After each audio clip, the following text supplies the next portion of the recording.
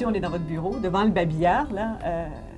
Ce sont tous des photos d'enfants que vous avez greffées pour la moelle osseuse ou... Non, ils ne sont pas tous des enfants greffés, ce sont tous des enfants que j'ai soignés pour des maladies hématologiques, certains avec des chimiothérapies conventionnelles. Ici, on a la première greffée, je l'appelle toujours la première fille de l'Église, parce que c'est grâce à elle que l'unité de greffe de moelle a pu voir le jour.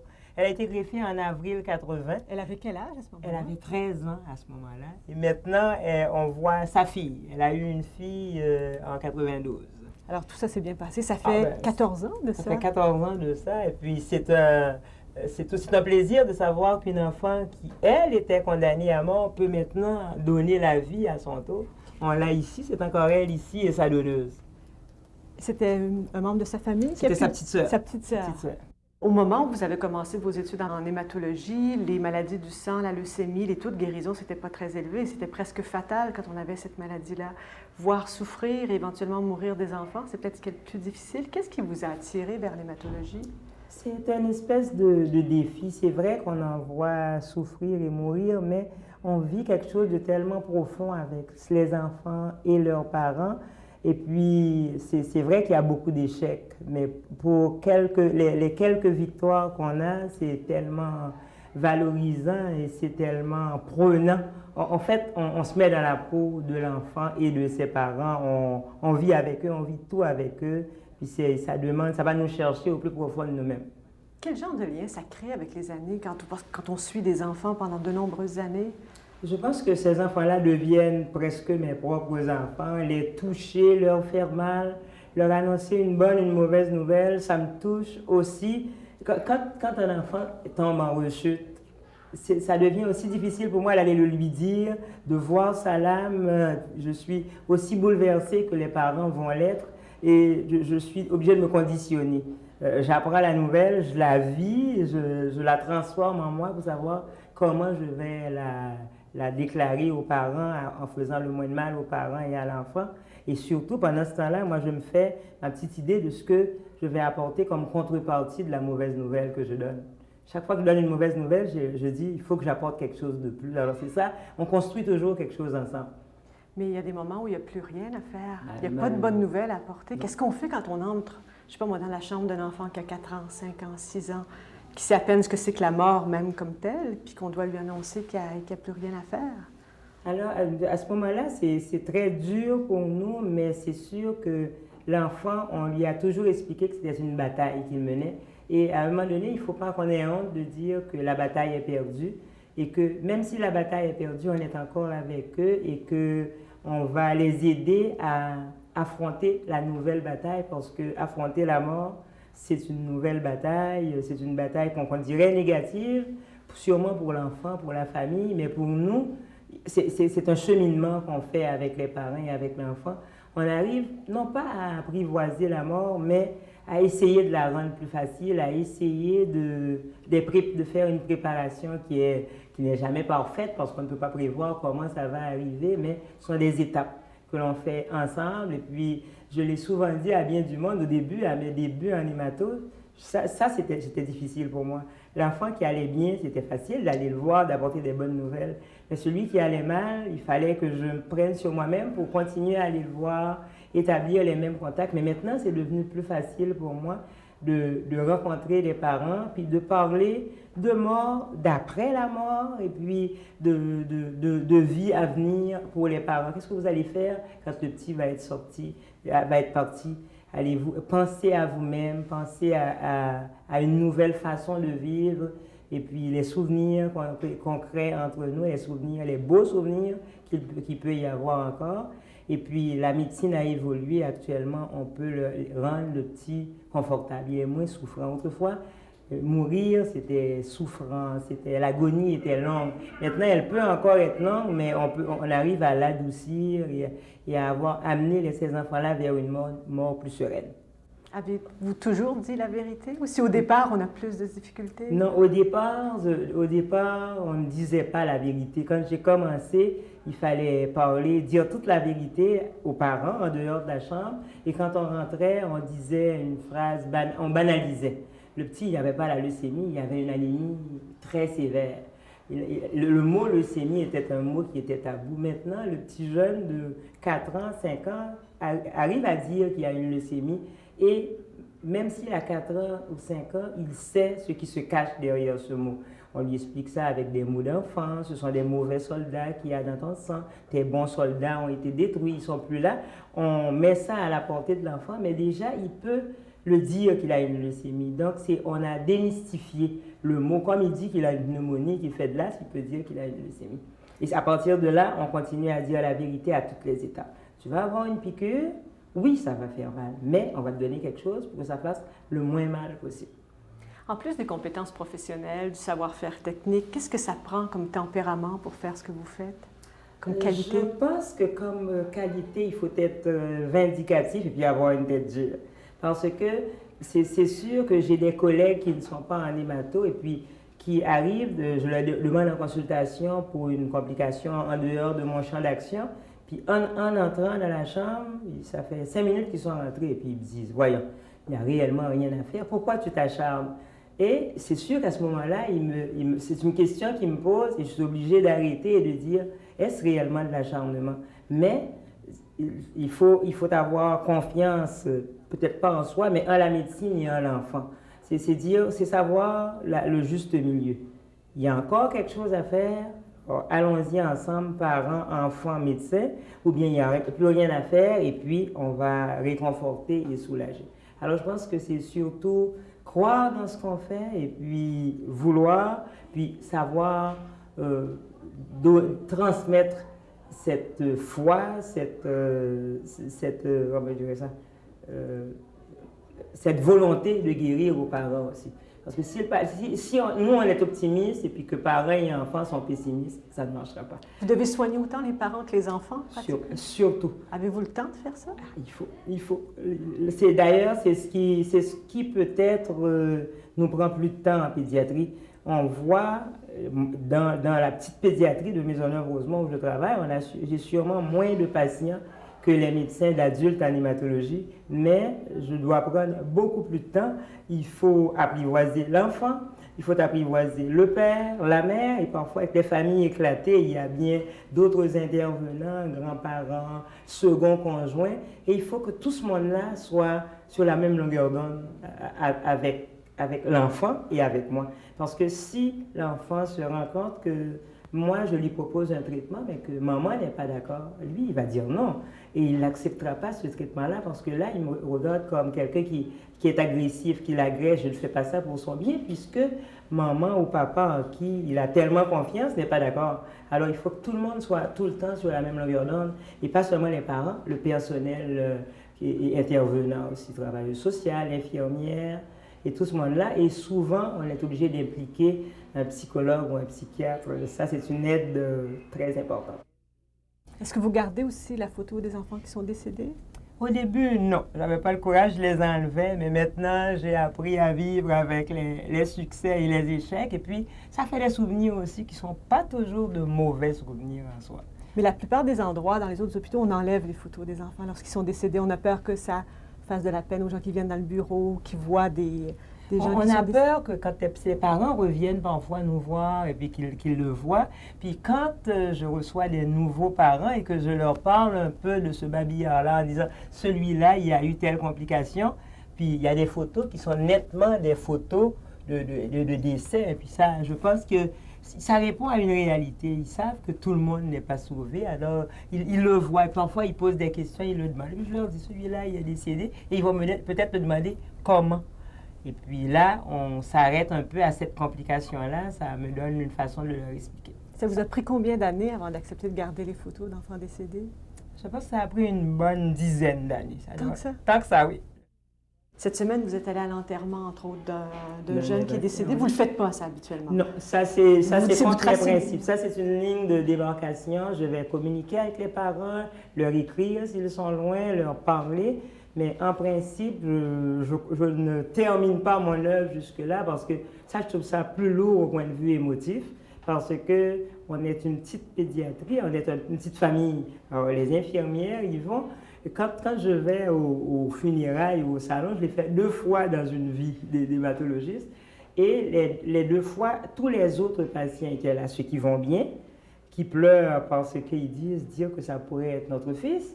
Puis ceux qui sont partis déjà aussi, ils sont là, ils viennent revivre un peu ce qu'ils ont vécu, puis apporter un peu de leur réconfort et de leur expérience. Alors pour moi, c'est tellement lourd d'émotions que c'est plus vivable. Et puis il faut que je me ménage pour continuer, il faut que je continue à dire aux autres, c'est arrivé, mais ça n'arrive pas à tout le monde. Il y en a d'autres qui passent par-dessus. Alors, j'ai le pendant de ça, c'est des funérailles, je trouve ça lourd, d'autant plus que c'est tellement chargé d'émotions. Et puis, sans me culpabiliser, c'est un échec. Il faut être humain, on aimerait tous les sauver. Je vis un échec. Et les parents, d'ailleurs, souvent me disent, vous avez fait de votre mieux. Ils prennent le temps de vous rassurer. De me rassurer. Mais depuis que vous avez commencé en hématologie, tout ça, il y a eu des progrès spectaculaires. Le taux de guérison, au départ, quand vous avez commencé pour les leucémies, c'était de combien? Au départ, quand j'ai commencé, ils disaient 30-40%. Pendant internat et résidence, ça a monté à 50%. Maintenant, on dit c'est 60% et puis c'est plus près de 70%. Les traitements ont changé. Quand j'ai commencé, c'était un traitement unique. On donnait aux patients une chimiothérapie. Puis maintenant, on sait qu'en donnant plusieurs chimiothérapies, on touche les cellules cancéreuses à plusieurs niveaux différents, donc on peut en détruire beaucoup plus. C'est sûr qu'il y a peut-être plus d'effets secondaires, mais ça a évolué aussi. Il y a la greffe de moelle qui a changé un peu l'avenir de ces enfants-là. Alors ça s'est amélioré. Moi, je dirais qu'on touche le 70%. Puis naturellement, c'est la tolérance zéro. On voudrait toucher le 100%, mais je pense que... Est-ce que vous pensez qu'on va y arriver un jour? Avec les années, peut-être pas 100, mais sûrement 85-90. C'est parce qu'il y a des mauvais cas. Il y a des cas qui, en arrivant, ils font déjà pas partie de ce 70%. C'est eux qui nous ramènent à 70% parce que eux, c'est presque 95-100% d'échecs. Mais comme c'est un groupe global, c'est sûr que ça nous ramène à 70%.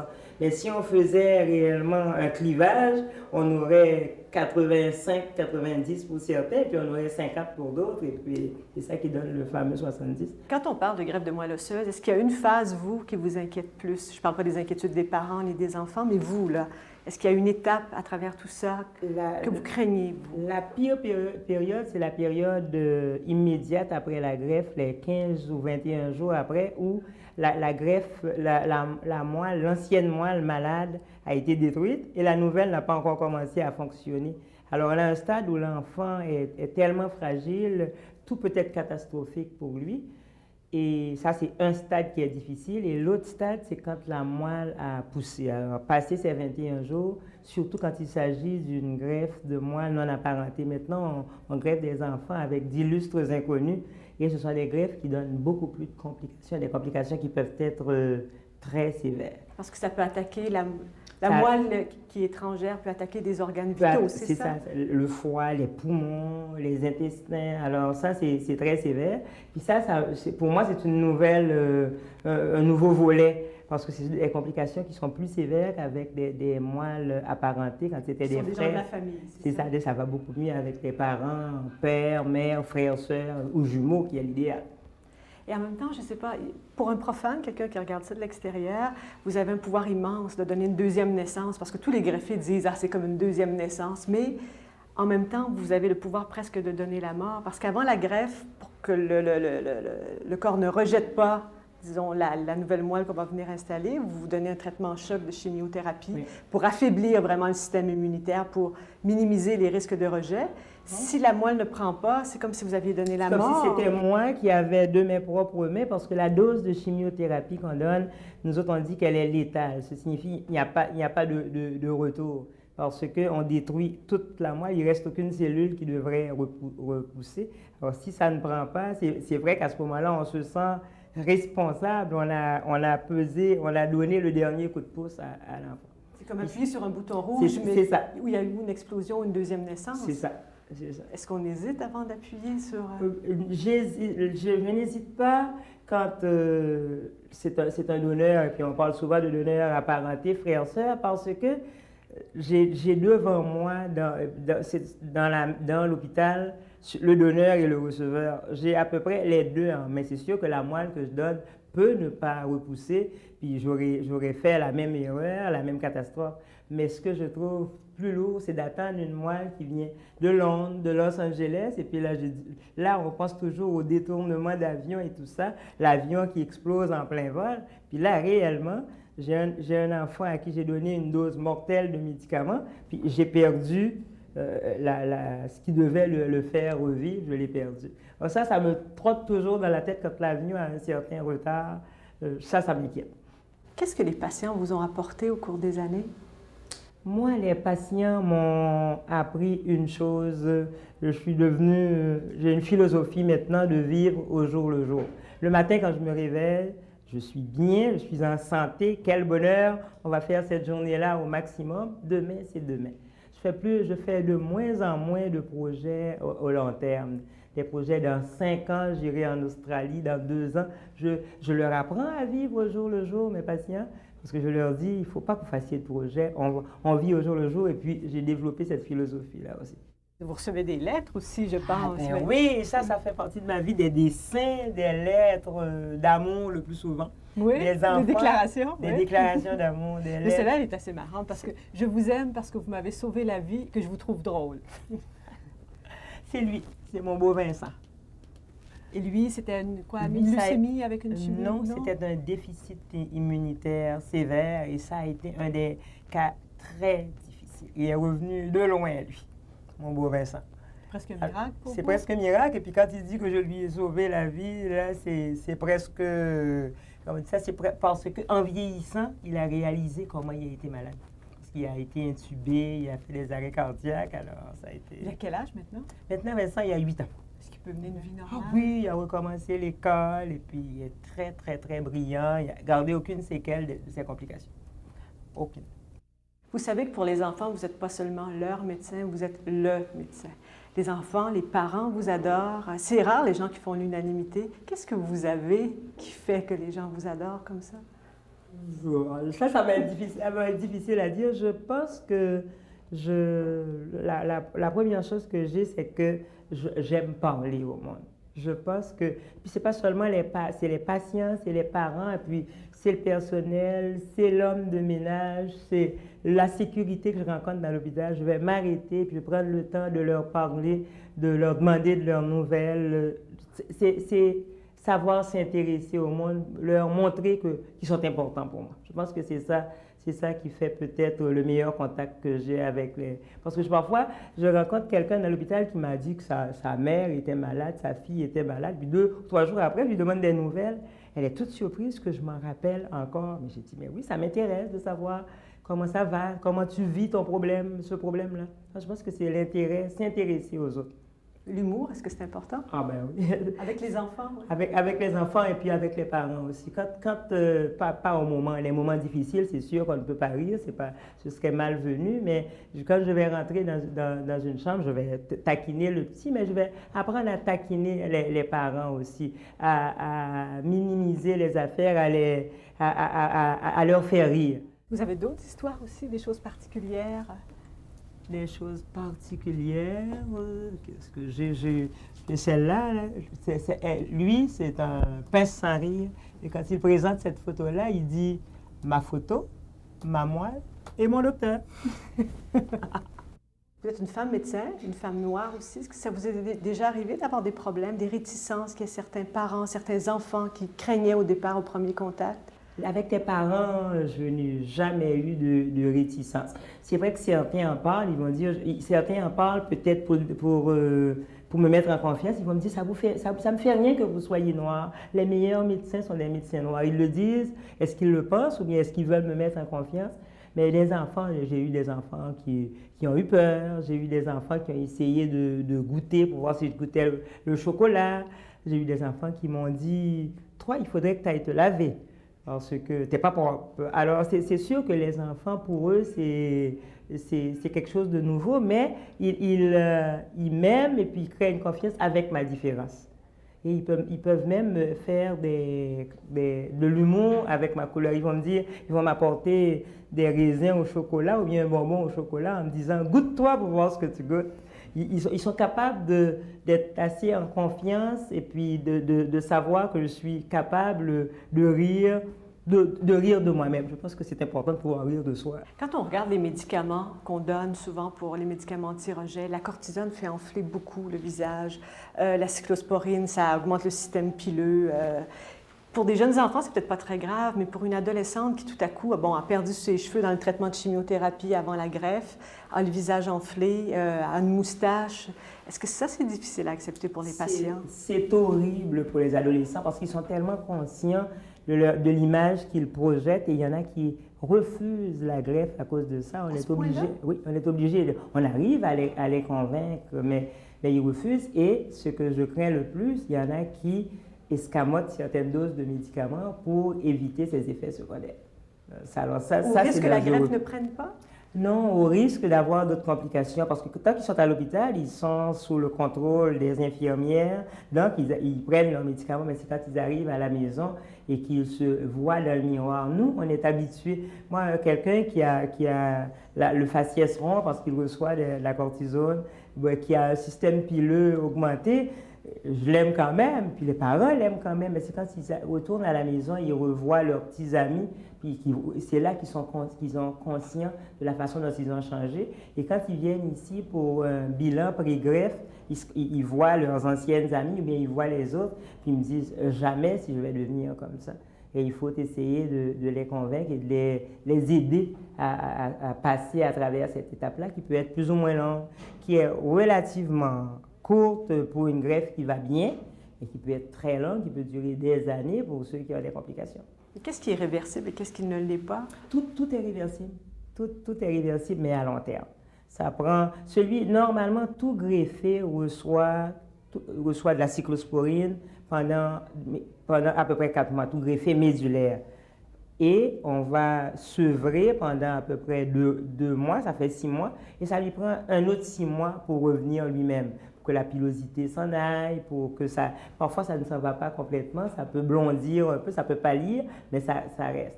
Mais par contre, la cortisone, on le donne seulement à ceux qui font des complications et à ceux qui reçoivent une greffe non apparentée. Et ceux-là, les complications sont plus longues, le traitement est plus long, donc le temps de recevoir le traitement et le temps de récupérer est aussi proportionnel.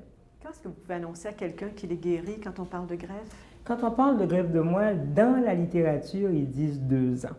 Alors nous, en vieillissant, on a appris qu'il faut être beaucoup plus circonspect que ça. Alors on leur dit 5 ans. Les 5 ans réglementaires qui sont popularisés pour dire qu'on guérit d'une leucémie. Parce qu'actuellement, pour une leucémie avec des traitements conventionnels, autrefois c'était 5 ans, maintenant on dit 7, et puis bientôt, de plus en plus, on a tendance à dire 10 ans. Alors, un greffé, moi, 5 ans, je leur dis qu'ils sont guéris, mais à 2 ans, je leur dis, vous venez de franchir une étape cruciale. Mais j'ai dit, patientez encore 3 ans. Au bout de 5 ans, après une greffe, ils sont guéris, et avec les traitements conventionnels, c'est 7 ans, disons, maintenant. Est-ce que vous avez un rêve, quelque chose que vous aimeriez réaliser par-dessus tout? Ce que j'aimerais réaliser par-dessus tout, ce serait guérir tous mes patients, les amener tous à la guérison, avoir la magie de pouvoir les guérir. Ça, c'est un rêve, ce n'est pas mon rêve personnel, c'est le rêve dans mon travail de guérir tous les patients. Ce serait merveilleux parce que c'est tellement valorisant pour eux. Moi je dis toujours, la plus belle journée de ma vie, c'est pas de ma vie, de l'année, c'est le party de Noël des patients et des greffés.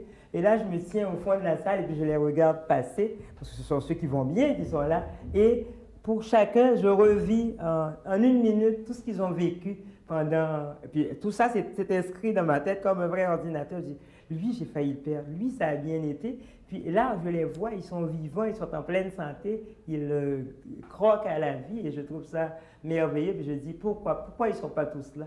Pourquoi les autres sont partis? On vous souhaite de continuer, puis qu'il y en ait de plus en plus qui viennent au party de Noël. Hein? On va essayer d'en avoir de plus en plus. Merci beaucoup. Oh, bonjour la belle fille. Comment vas-tu? Ça va? Comme ça, tu viens me voir un vendredi. Ben oui. C'est pas ta journée. Ben. Bonjour papa. Bonjour, Sarah. Bonjour papa. Bonjour. Bonjour. Comment vas-tu? Ça va. Ça va bien? Est-ce que tu as fait de bonne ta semaine?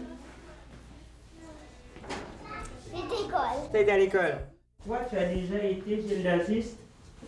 Oui, c'est exactement la même chose. C'est un petit moment désagréable. Je vais te geler dans ton os. Ça, tu vas sentir quand je vais piquer ta peau. Ensuite, je vais aller jusque dans l'os.